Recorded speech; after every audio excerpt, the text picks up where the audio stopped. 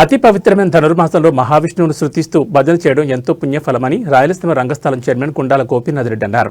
సోమవారం నుంచి ధనుర్మాసం ప్రారంభం కావడంతో పెద్దకాపు వీధిలోని పురాతన శ్రీ రామభజన మందిరంలో స్థానికులు ఈ నెల రోజుల పాటు భక్తి పాటలతో భజన కార్యక్రమాన్ని వైభవంగా నిర్వహిస్తారు. అందులో భాగంగా శ్రీ వెంకటేశ్వర స్వామిని స్తుతిస్తూ భక్తిరస పాటలతో భజన కార్యక్రమాన్ని భక్తి పారవస్యంతో నిర్వహించారు. మొదటి రోజు మోహన రామిరెడ్డి దంపతులు ఉభయధారులుగా పూజాది కార్యక్రమాలు నిర్వహించి భక్తులకు అన్నప్రసాదాలు వితరణ చేశారు. ఈ కార్యక్రమంలో వెంకటనారాయణ, మునికృష్ణయ్య, చిన్నప్ప, సుబ్రహ్మణ్యం, మేకల గంగయ్య, తిరుపాల్ ఆచారి, తొండమనాటి సుబ్రహ్మణ్యం రెడ్డి, పురోహితుడు సురేష్ స్వామి, లోక ప్రభాకర్ నాయుడు, కొట్టే సుబ్రహ్మణ్యం, కల్పన, ధనలక్ష్మి, అరుణ, ధనుంజయ రెడ్డి, జీవన్ రెడ్డి తదితరులు పాల్గొన్నారు. మాసంలో 30 రోజులు స్వామివారికి సుప్రభాతం బదులు తిరుప్పావై తిరువంపావై అని అన్ని ఆలయాల్లో చేస్తాం. దీంట్లో ఈ విశేషం ఉదయాత్పూర్వం ప్రాతకాలంలో 5 గంటల నుండి ఆ ఉదయాత్పూర్వం భజన చేసి స్వామివారికి మనము ఆశీస్సులు పొందుతాం. అదేవిధంగా పెద్దకాపు వీధి రామ్ భజన మందిరంలో 30 ఏళ్లుగా వీళ్ళు ఈ ధనుర్మాసం చేస్తున్నారు.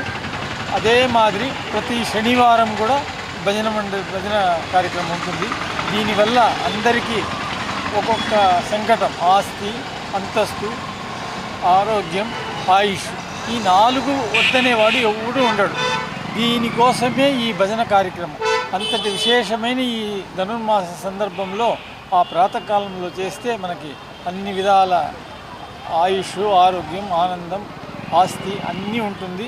దానివల్ల అందరూ పాల్గొని ప్రతిరోజు ఈరోజు 17వ తేదీ నుండి ప్రారంభమై వచ్చే నెల భోగి పండుగ వరకు దాన్ని ప్రతిరోజు అందరూ కలుసుకోవాలని చెప్పుకుంటూ ఓం నమో వెంకటేశాయ. జై శ్రీ వీధిలో రామ మందిరంలో భజన జరుగుతుంది కాబట్టి ప్రతిరోజు 5 గంటల నుంచి 7:30-8 గంటల దాకా భజన కార్యక్రమం ఉంటుంది. జై శ్రీరామ్. పెద్దకాపు భజన మందిరంలో ధనుర్మాసంలో 17వ తేదీ నుంచి రేపు నెల 15వ తేదీ వరకు ధనుర్మాసం భజనలు 30 రోజులు జరుగుతుంది. భజన మందిరంలో కూడా తెల్లవారుతో 5:05 గంటల వచ్చి ఈ భజన కార్యక్రమాలు చేస్తున్నారు. ఉభయదాతలు కూడా ఒక్కొక్కరు అంటే ఒక్కొక్క ఇస్తూ ఈ కార్యక్రమాన్ని జయప్రదం చేస్తున్నారు. మాకు ఇది మన ఫోటో తీసేవాళ్ళు వీళ్ళు కూడా ఏంటంటే మాకు సేకరించి మా కార్యక్రమాలకు ఏంటంటే 10 మంది తెలిసేటంటే మాకు చూపిస్తున్నారు. మీ యొక్క మేలు మేము మర్చిపోయలేదు.